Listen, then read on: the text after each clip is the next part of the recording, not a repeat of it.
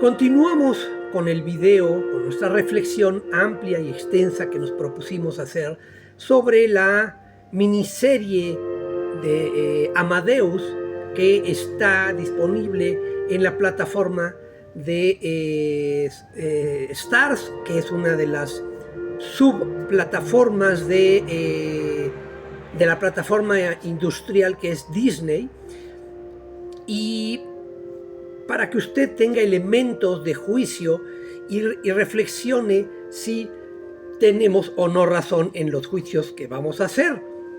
Como dijimos, la nuestra es una reflexión que no es estrictamente cinematográfica, aunque está relacionada, sino que proviene directamente desde el mundo de la literatura y en particular desde el mundo del pensamiento crítico. Porque, como dijimos en el anterior video, si el drama cósmico sustentado en la discusión filosófica establecida en el guión de Platón, no menos que en la crítica del juicio de Kant, desaparece desde el inicio de la versión woke de Amadeus, ¿qué es lo que queda? Tiene derecho a preguntar el espectador que vea una película o miniserie con un mínimo de pensamiento o juicio personal, es decir, no pasivamente, como un paciente terminal, sino como el ser pensante que se supone uno debería ser, alguien que viendo un espectáculo entiende lo que está en juego en aquella representación. Para fines prácticos, no queda nada. Ni siquiera en el contexto de la misma serie, la confesión de Salieri tiene sentido.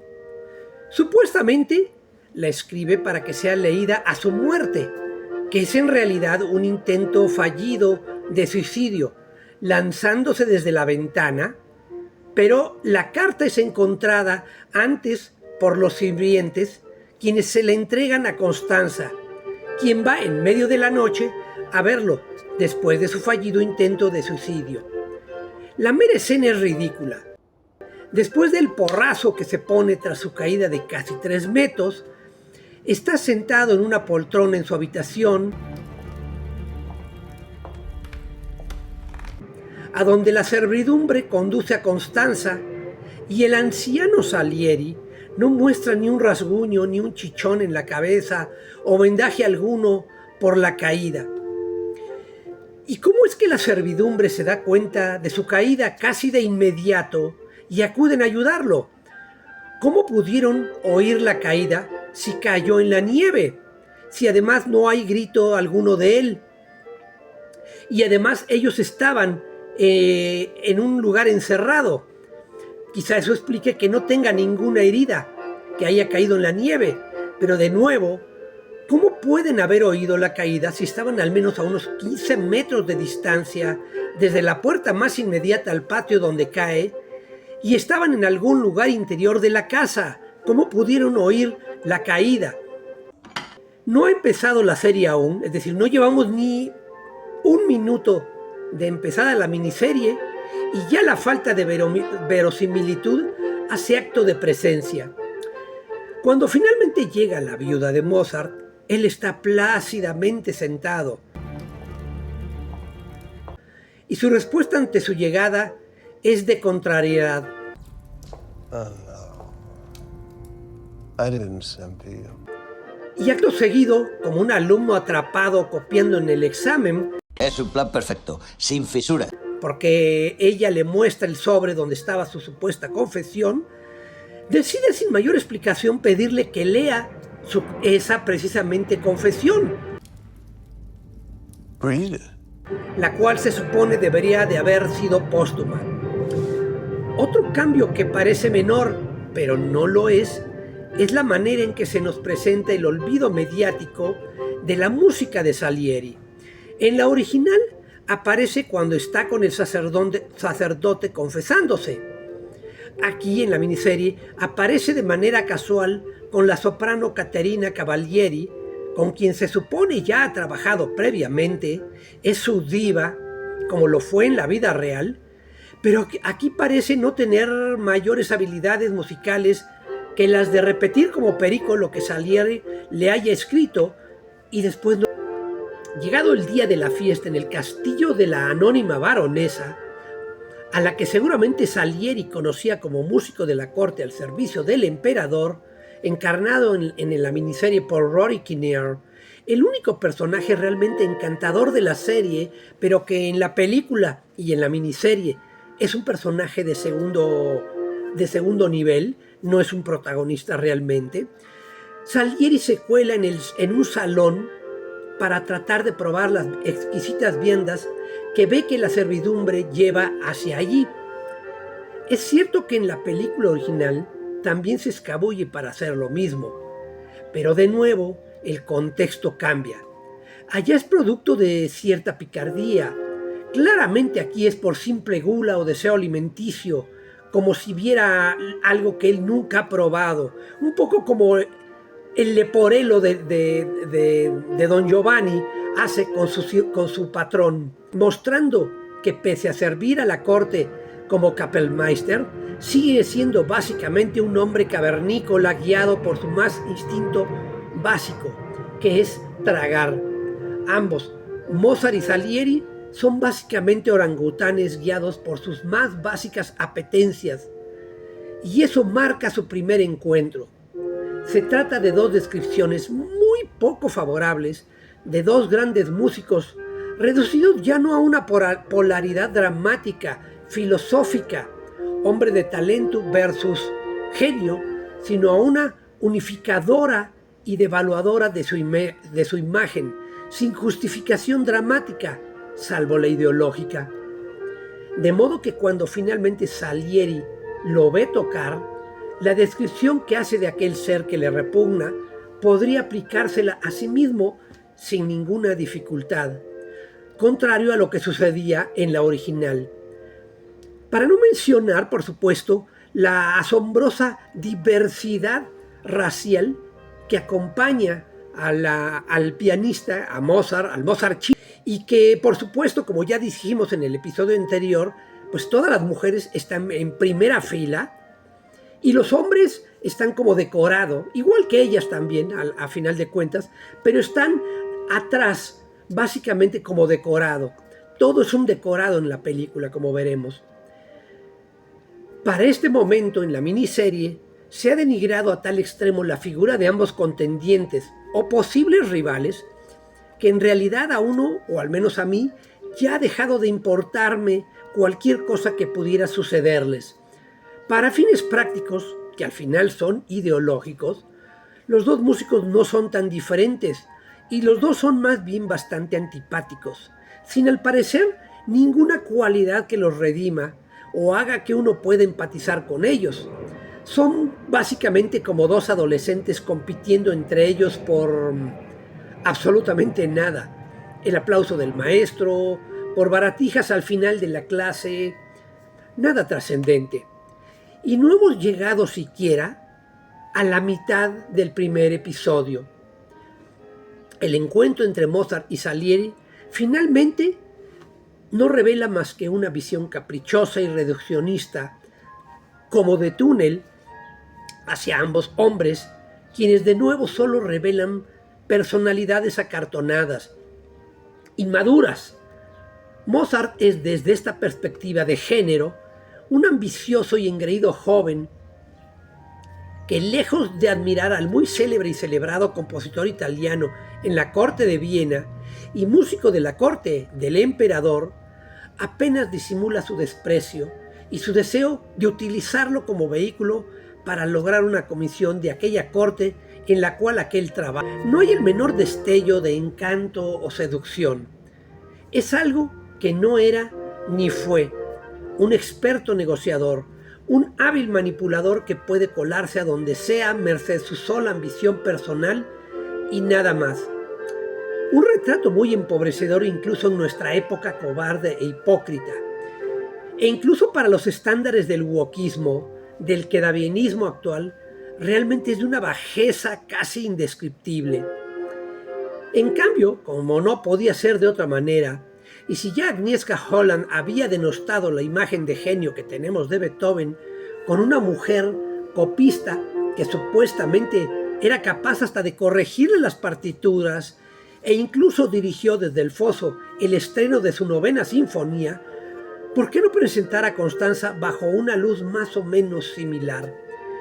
Es ella la que busca a Mozart, no al revés. Es ella la de avanzada, la que sabe lo que le conviene a aquel que pese a su ambición como músico, está más movido siempre por su pasión por el alcohol o por la gula.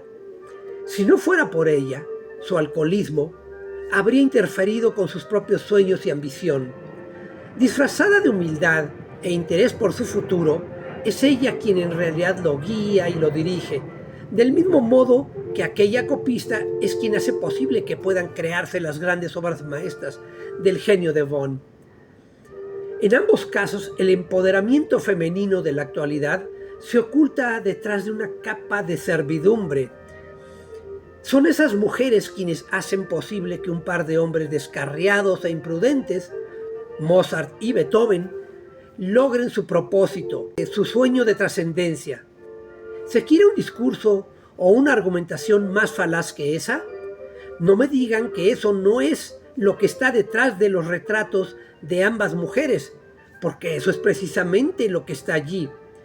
Ellas saben mejor lo que ellos quieren, y si no fuera por ellas, ellos perderían el rumbo, guiados por sus más básicos instintos. Es como si en vez de compañeras de viaje o amantes, regresaran a su papel de madres.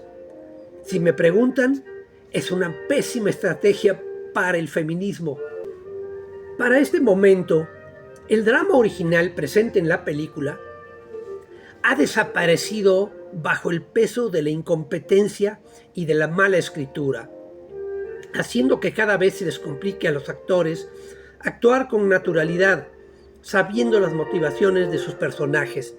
Cuando Mozart le pide a Salieri le consiga una oportunidad para presentarse ante el emperador, ¿por qué la baronesa misma en persona no presenta a este o se lo presume al emperador, como cabría esperar en una sociedad perfectamente estratificada? Por otro lado, si es una fiesta de la condesa, ¿por qué no invitó al emperador para presumirle justamente a su invitado? ¿No sería eso lo más natural? Por lo demás, en el palacio de la tal y ausente baronesa, a nadie se le ocurre presentarlo ante ella, o los guionistas se les olvidó esa parte. De nuevo, aquí el desprecio por la mujer en esta presentación woke es asombroso y muestra la falta de coherencia de escritura dramática y de guionismo, porque no saben ni qué hacer, pasan de una escena a otra como si pasaran cambiándose camisa y pantalones para la siguiente escena. Es por eso que la petición de Mozart a Salieri aquí suena extraña, y él mismo es presentado de nuevo bajo una luz poco favorecedora, casi infantilizado, ajena a lo que hasta ese momento se ha visto de él como personaje. No debemos olvidar nunca que lo que sabemos de los personajes o podamos saber no proviene de los libros de historia, aunque ellos sean personajes históricos, sino que lo sabemos o debemos saber por lo que se nos presente en pantalla, a través de la historia que se nos está contando, no a través de su realidad histórica. Y es allí donde la miniserie tropieza prácticamente a cada paso que da. Es como si tuviese un ojo al gato y otro al garabato, pero siempre teniendo más en cuenta a este que al otro. Más grave es aún que los personajes no tengan claras sus intenciones desde el principio. Por supuesto, al no haber un drama cósmico entre ellos, al no estar en juego el alma de uno frente al recién llegado, que ese es el verdadero tema en realidad, o debería serlo, ¿qué es lo que está en juego realmente? Lo que sea, debe ser algo barato, una baratija, porque no de repente, sino deliberadamente, la película no nos muestra un Mozart pícaro, juguetón, divertido, risueño y travieso, con el cual podamos empatizar tan fácilmente como lo haríamos con un niño. Siempre es un personaje serio, oscuro, malvado incluso por momentos, como en la escena que se presenta ante el emperador para explicarle el tema de su obra. Fuera de lugar porque un siervo suyo tendría que saber de sus planes de reforma de primera mano si es apenas uno de los muchos que están a su servicio para entretenerlo, y no un consejero. Es cuando mucho, en el mejor de los casos, un asesor menor comparado con quien le ofrece la presencia de Mozart en la película original. ¿Por qué le comparte algo tan importante en materia política si es solo un músico, no un asesor militar? Bueno, la razón es porque todo en la serie es siempre asunto de chismes de vecindad. El emperador no es un Luis XIV para decir «l'état c'est moi», porque es apenas en realidad un tonto administrador de un albergue y actúa, al menos en la miniserie, como tal. De nuevo, la inversión en la dirección en que ocurren los eventos no es casual. En la miniserie, en el mismo punto del desarrollo de la historia de la película, Mozart ya llegó a Viena. Entonces, ¿cómo es que es un invitado secreto por una anónima baronesa? Si ella le invitó, ya tendría una estrategia clara para que ella lo presentara ante el emperador. Y en medio de la fiesta le pide a Salieri, quien de casualidad, no sabemos por qué, estaba en la fiesta, allí en el castillo de la baronesa, pero el emperador no, para que le consiga una cita para obtener el favor de para componer una ópera. ¿No habría sido más natural que se lo pidiera a la baronesa, que está obviamente en un nivel superior a Salieri, que no es un noble? En la película, la dirección de los acontecimientos, como dijimos, es a la inversa. Mozart llega ante el emperador por consejo del barón van Swieten, figura clave de la cultura musical vienesa y patrono de Haydn, Mozart y Beethoven y del propio Salieri, después de una escena clave que la miniserie omite deliberadamente, aquella en la que Salieri recuerda, en medio de su confesión al sacerdote, cómo se percató de lo extraordinario que es Mozart, cuando está leyendo la partitura del primer movimiento de la Gran Partita, que es lo que oímos de fondo, una de las obras cumbres de Occidente. No es nada casual que dicho pasaje haya sido eliminado de la miniserie, porque una vez más, no se trata de presentar a Mozart como genio, sino su comportamiento humano, demasiado humano, diría el filósofo. Aquí es la vanidad humana y su maquiavelismo calculando lo que opera, no la voluntad de los dioses. Y como son estos los que juegan por el destino de uno de los suyos, es el emperador el que decide, casi por azar, que la nueva ópera comisionada al recién llegado sea en alemán. De nuevo, la diferencia en la dirección de los acontecimientos parece insignificante, pero no lo es. Si se va haciendo la sumatoria, un ligero cambio aquí, otro más pequeño allá, una pequeña omisión por aquí, otra más por allá, un agregado por aquí, se puede ver entonces que los cambios no son tan pequeños, tan nimios, sino en realidad sumamente significativos. No es Mozart llevado por el destino, sino es él quien maquiavélicamente, por su voluntad, sin intervención de nadie, se sirve a la corte del emperador, aprovechando como un espía todo contacto que pueda tener para conseguir sus fines. Y lo sabe el espectador porque el propio Mozart lo declara desde su llegada a la residencia de las Weber. Ha llegado para escribir una ópera para el Teatro Nacional, aunque de momento no tenga siquiera una cita ni ningún contacto, aunque hay que decir aquí que de nuevo la escritura del guión se vuelve a convertir en un batidillo, porque él llega, como acabamos de decir, sin ninguna cita, y su único plan es conseguir un contrato para escribir una ópera. Y en ningún momento dice que va a estar que viene como invitado secreto de la baronesa. Es decir, no tiene sentido ninguna de las cosas que vemos hacer a Mozart, ni con la realidad, ni con la historia misma que nos están contando. Este pequeño cambio, al parecer inocente en la narrativa y el personaje, es suficiente para plantear un cambio fundamental en él. No es el privilegiado de los dioses, sino un oportunista cualquiera, un hábil manipulador, como de hecho se verá en las siguientes escenas. El Mozart pícaro y travieso y divertido es sustituido por un hombre calculador y con un elevado sentido práctico, casi agnóstico, al que su propia divinidad le es revelada por su rival, más que un agradecido servidor, como pretende señalarle Salieri. Es decir, y aquí el cambio ya no es menor, sino que es abiertamente enorme. El elegido de los dioses, como se le dice usualmente a Mozart, no es digno de ellos. Incluso refunfuña y desearía no ser lo que Salieri le dice, considera que ellos son la voz de Dios. ¿Para qué fue a bien entonces si le resulta tan molesto el llamado de los dioses o de Dios?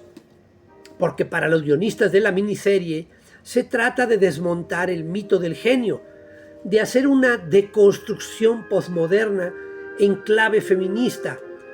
De eso se trata justamente aquí. That's the question, diría Shakespeare. El respeto ya no digamos a la figura del compositor, a la imagen del genio, sino simplemente al planteamiento original de la obra de Schaffer está ausente por completo. El fastidio de Mozart ante el don recibido, ante ese misterio que ha trascendido los siglos hasta nuestros días, es palmario. Y la vulgaridad con que se expresa y conduce en la escena final del primer episodio es simplemente ofensiva. No menos que su inconsciencia y temeridad, sus palabras a Salieri, sus consejos masturbatorios, del todo innecesarios. Todo eso muestra la verdadera intención de los creadores de la serie. La deconstrucción y derribo de la imagen del culto del genio con que lo identificamos. Exactamente todo lo que ha hecho Disney con otros personajes de otras series, como La Guerra de las Galaxias, etc. Porque no es lo mismo lo que hacen los conservadores en contra de la imagen y culto a los seres patrios, denigrándolos y presentando y enfatizando sus defectos en vez de sus virtudes. Es exactamente lo que se hace aquí. Denigrar y enfangar la figura del genio una y otra vez, presentarlo de la forma más vulgar posible. E igual que con los héroes, nos lancen a la cara: ¿de veras admiras a ese ser tan repugnante, exactamente como hace Salieri? Por no mencionar el precio, por así decirlo, de la venganza por el que éste decide vengarse de aquel. Y esto sin haber terminado el primer acto de la película y apenas terminando el primer episodio de la miniserie. Continuaremos con nuestra reflexión en el siguiente episodio. Esperamos que nos acompañen. Gracias por acompañarnos.